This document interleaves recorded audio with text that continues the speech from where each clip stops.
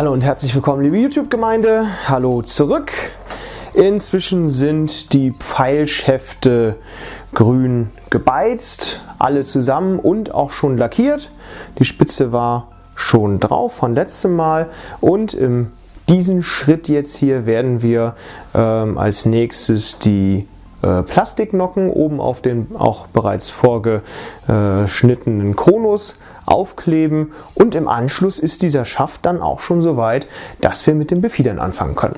Von daher Kleber raus und Nocken drauf. Die Pfeile sollen sich ja im grün-blauen Farbspektrum bewegen, deswegen grüner Schaft und blaue Plastiknocke. Die passen auch schon wunderbar aufeinander, werden gleich noch dran geklebt.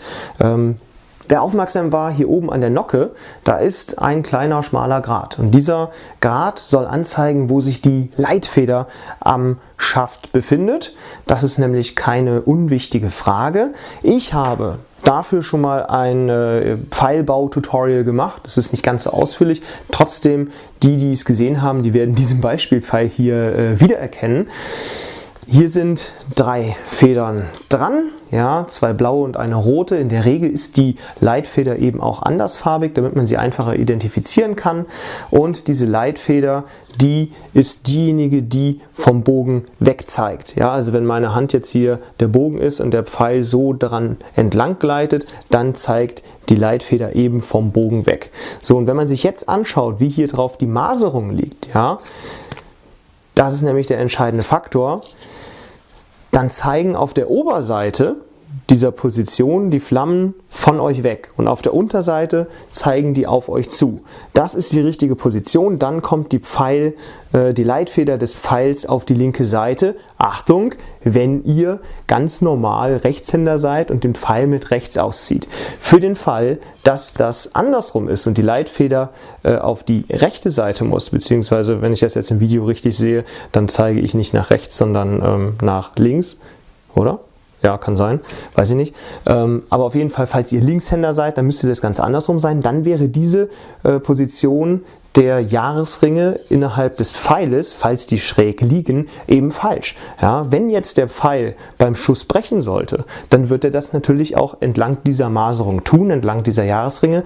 Und dann seht ihr schon, würde sich ein Keil bilden und dieser Keil könnte unter Umständen eben in eure Hand hinein.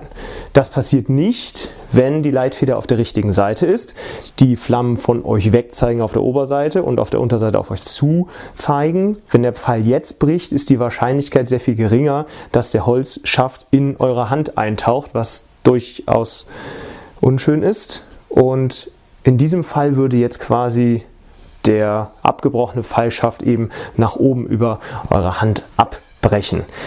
Wie gesagt, ich habe das Ganze in dem Video nochmal sehr viel genauer erklärt. Guckt es euch auf jeden Fall an, wenn ihr Pfeile selber bauen wollt.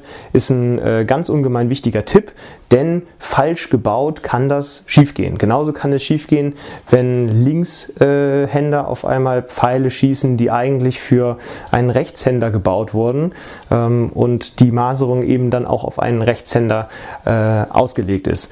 Das kann man umgehen, indem man dann als Linkshänder die Leitfeder, so blöd es auch aussieht, eben in die falsche Richtung legt, also am Bogen nicht auf der Außenseite entlang schrammt, sondern eben auf der Innenseite, also Kontakt zum Bogen hat.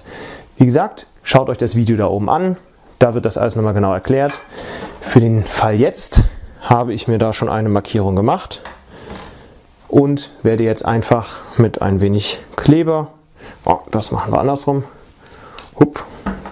drauf, wird jetzt die Nocke hier eben oben angeklebt. Beim Kleber muss man das richtige Maß finden. Es sollte nicht so sein, dass jetzt die ganze Klebermasse am Pfeilschaft kleben bleibt. Das sollte so minimal sein, wie das hier ist. Ja. Jetzt gucke ich nochmal nach. Die ist jetzt auf der richtigen Seite, die Nocke. Dann wird hier oben der Kleber einmal ein wenig abgewischt. Und das passiert, wie auch in dem vorigen Video, 12 Mal. Und wir sehen uns wieder, wenn alle Nocken an den Pfeilen sind. Ja, alle Nocken haben den Weg auf den vorgeschnittenen Konus gefunden, sind also am Schaft und jetzt kann ich damit starten, eben die Federn auf die Schäfte aufzukleben. Das passiert recht einfach mit einem Befiederungsgerät hier. Ich habe dazu leider noch kein Tutorial gedreht, aber ich habe es schon mal vorgestellt. Ich packe euch den Link auch oben rein, dass ihr darauf zugreifen könnt. Dann könnt ihr es euch nochmal anschauen. Befiederungsgerät kann man sich natürlich auch kaufen, will ich keinen von zurückhalten, ist aber auch einfach und schnell gebaut, funktioniert dann auch ganz gut. Als erstes wird die Leitfeder aufgeklebt. Dazu wird dann die Leitfeder eben entsprechend in die richtige Position hier gebracht, zwischen zwei Brettchen eingeklemmt. Dazu benutze ich dann immer so welche Klemmen hier. Man kann aber auch einfache Leimklemmen nehmen. Dann kommt gleich ein wenig Kleber auf den Kiel. Der Pfeilschaft wird in das Befiederungsgerät eingespannt. Ich habe ja da ein schönes System mit so Dreiecken, die mir ganz genau die 120 Grad Stufe anzeigen. Das muss dann dementsprechend so ausgerichtet werden. Und dann kann diese Feder mit dem Kleber gleich von oben auf den Schaft draufgesetzt werden. So hier. Das hält dann und dann hat man genügend Zeit, eben direkt den nächsten Schaft und den nächsten zu machen. Ich habe jetzt hier eben 6 freie Plätze, sodass ich dann immerhin schon mal die Hälfte aller Pfeilschäfte mit Leitfedern versehen kann. Und das wird dann auch immer weiter fortgeführt, bis jede Feder an der passenden Position ist. Auch das werde ich nur verkürzt zeigen, damit das nicht zu langweilig wird. Und ja, das geht so seine Wege. Ich melde mich dann wieder, wenn ein paar Federn schon an den Pfeilen sind. Und bis dato müsst ihr eben nicht zugucken. Bis gleich also.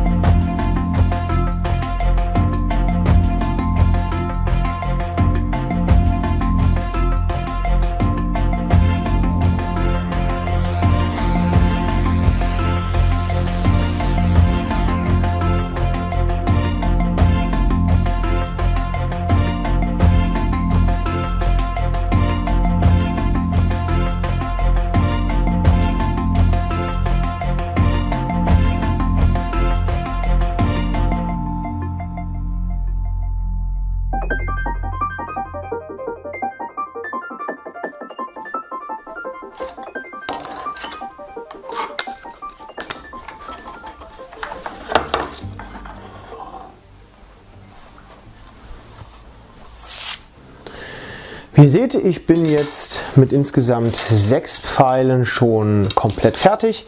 Das geht natürlich auch einigermaßen schnell, wenn man so ein Befiederungsgerät mit 6 Plätzen hat. Allerdings, der Kleber braucht auch ein bisschen, um abzubinden. Von daher muss man ein wenig Wartezeit mit einkalkulieren.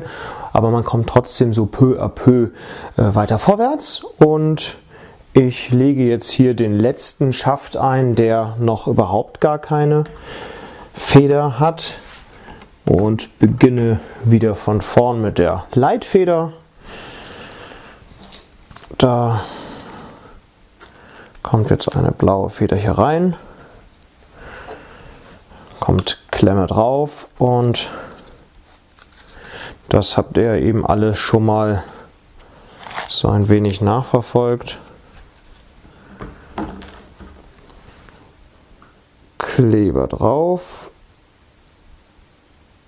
Mit der Zeit entwickelt man auch eine gewisse Übung, was das Ziehen einer Kleberspur an sich hat und auf sich hat. Ja. Und dann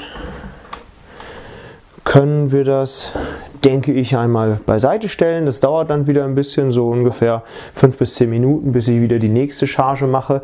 Und ich denke, das ist mal wieder Zeit, ein wenig zu cutten. Ich melde mich wieder, wenn die Federn alle am Fall sind, mache aber für dieses Mal auch schon direkt wieder Schluss. Das heißt, im letzten Schritt, wenn jetzt vorne noch eine Federwicklung angebracht wird, das machen wir im nächsten Video. Bis dahin wünsche ich euch viel Spaß. Vielleicht habe ich euch ein bisschen inspiriert, mal grüne Pfeile zu machen.